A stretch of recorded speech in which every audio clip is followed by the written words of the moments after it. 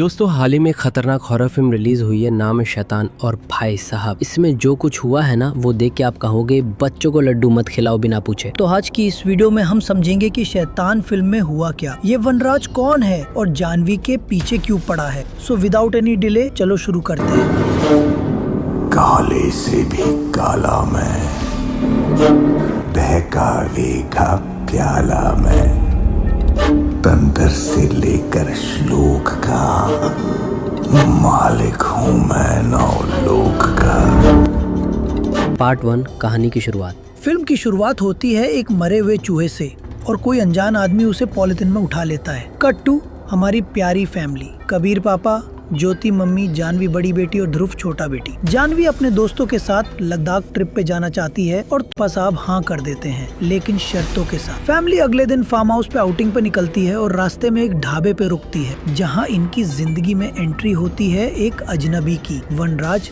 Kashyap. Part 2 वशीकरण की शुरुआत। अब यहाँ पे खेल शुरू होता है। वनराज जानवी को लड्डू खिलाता है और यहीं से शुरू होता है ब्लैक मैजिक का खेल। जानवी अब उसकी हर बात मानने लगती है, चाहे बटर वाला पराठा खाना हो या बाद में बिस्किट खा लेना। जब फैमिली फार्म हाउस पहुँचती है, वनराज वहीं पहुँच जाता है, कहता है उसका फोन डेड है, थोड़ा कॉल करना है, लेकिन धीरे धीरे वो फैमिली में घुसने लगता है। जल्द ही जानवी का बिहेवियर अजीब होने लगता है, अपने भाई को झूले पे डराना, पापा को धक्का देना, मम्मी पापा की बात ना मानना, सब कुछ। पार्ट 3 राज खुलता है।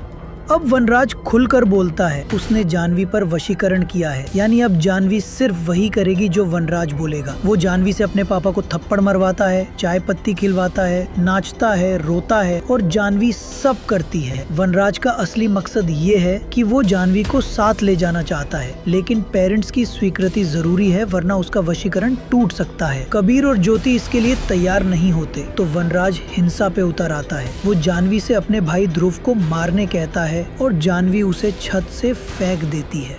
पार्ट 4 फाइनल प्लान और टर्निंग पॉइंट। अब मजबूर होकर माता पिता जानवी का अर्पण कर देते हैं, यानी अब जानवी वनराज की हो चुकी है। लेकिन ट्विस्ट यहीं से शुरू होता है। कबीर एक चालाक पिता होता है, वो वनराज का पीछा करता है, जहां उसे पता चलता है कि वनराज 108 लड़कियों को वशीकरण करके बलि देने वाला है, ताकि वो अल्टीमेट पावर बन सके। लेकिन कबीर उसके रिचुअल के बीच पहुंचता है और रिकॉर्ड की गई एक आवाज प्ले करता है, जिसमें वनराज खुद कहता है कि तुम सब आजाद हो। वनराज के पास ये सुनने के बाद कोई पावर नहीं बचती और सब लड़कियां आजाद हो जाती हैं। Part 5 the shocking ending. Film के एंड में आता है सबसे बड़ा ट्विस्ट। 1 साल बाद हम फिर से वही चूहा पकड़ने वाला सीन देखते हैं, लेकिन इस बार वो आदमी कोई और नहीं बल्कि कबीर खुद होता है। वो वनराज को जंगल के एक बेसमेंट में कैद करके रखता है, उसे चूहा और चाय पत्ती खिलाता है और कहता है कि बाप बनने का मतलब सिर्फ पैदा करना नहीं होता, बच्चों के लिए राक्षस बनना पड़े